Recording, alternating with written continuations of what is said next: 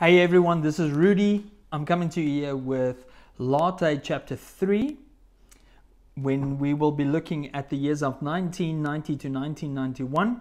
I'm going to split it up into smaller sections which I call little Piccolos. So this is Piccolo number 1.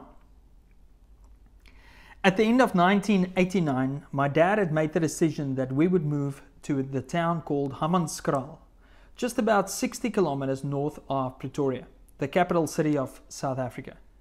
This was a town my family lived in during the late 70s, before I was born, and it promised to be a whole new season of great possibilities for us as a family.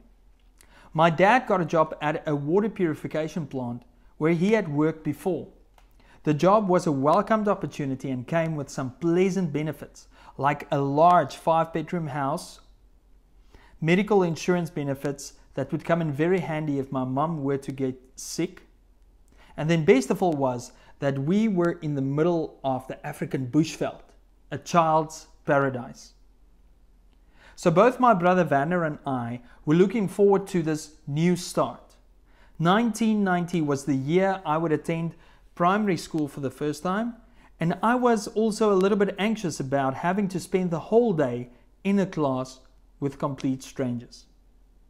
I was raised to stay at home with my mom up to this point and didn't do too well away from her and my more familiar surroundings. As a little toddler, my parents tried to leave me at a daycare facility once or twice, but I would then usually spend the majority of that day crying. I was very much suffering from separation anxiety.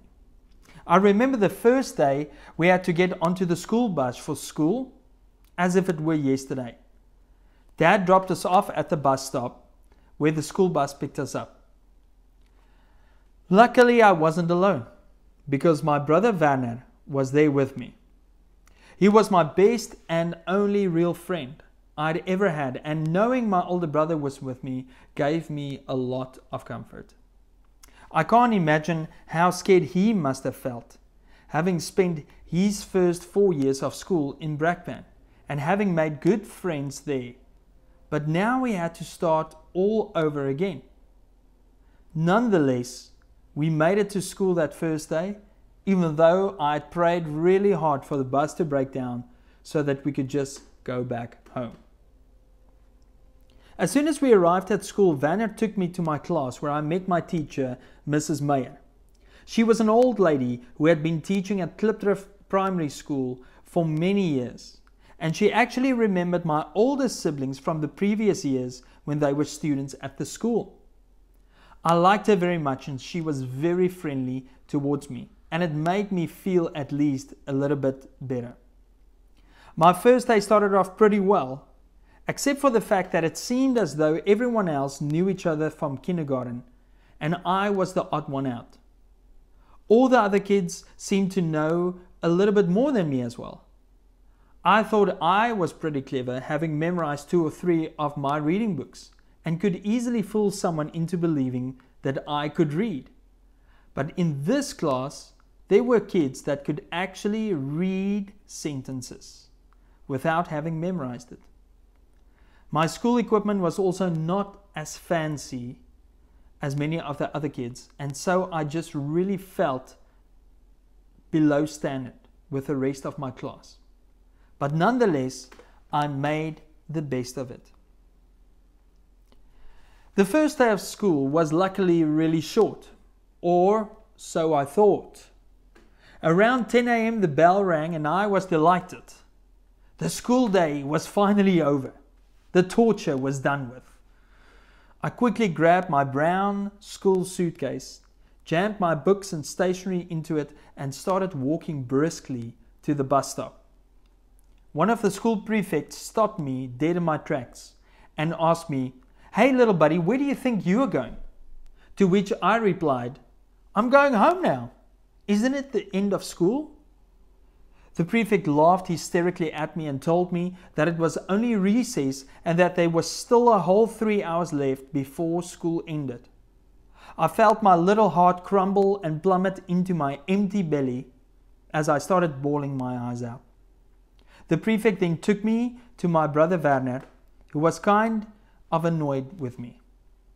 And so I had to go back to my class and finish the rest of my school day. But I desperately just wanted to be at home with Mom. This kind of behavior went on for quite some time. I struggled to adjust and make friends, and I became a bit of what we would call in Afrikaans a gatvlieg, literally meaning a butt fly. I would go look for my brother during recess and lunch to hang out with him, but he had already made some of his own friends and wasn't really that keen on hanging out with his little crying brother. It was hard for me to make friends, and it felt like forever for me to settle into this new routine and environment. What made matters worse was that Mrs. Meyer had become ill during the first term of school, and so we had a new substitute teacher come in to teach us for half of that year. I don't even remember her name, but all I know is that she wasn't really very nice to me. I don't know why, but she just didn't like me that much. And she was not Mrs. Meyer, the old friendly lady. But by God's grace and providence, I made a friend at long last. And it was only by a miracle that this was possible. One morning, when we were standing in the front parking area where the school bus and parents would drop their kids off, I was just standing around playing with some other kids, when one of the moms who had dropped off her little boy noticed me and called me to her car. Initially, I thought that I had done something wrong, and I was a little bit weary to just head over to a stranger's car. And then she asked me this question. "Hey, you, do you have an older brother?" And I said, "Well, yes, ma'am. His name is Werner, and he's here at school with me. He's in grade 5. Then she said, No, I mean like an older brother." And I said, "Why, yes, I have my oldest brother. His name is Martin. And then there's Karen. And then my middle brother, Dirk." The lady's eye lit up and she said, "Of course, I knew it. You are a Botha." She then explained to me that my brother Dirk and her older son Chris had been friends in the 70s when our family lived in Hammanskraal. Her youngest son, Johan, was now the same age as me and in my class. That morning, my life changed in a split second, because I was at the right place at the right time to make the right friend. Johan and I hit it off immediately, because our older brothers were friends almost 10 years before us. And so we thought, hey, we should be friends. Guys, that's the end of the first Piccolo here for chapter 3. Give it a listen, share it with someone who might benefit from it. And yeah, have a look at the next Piccolo for chapter 3, which will be coming up right after this.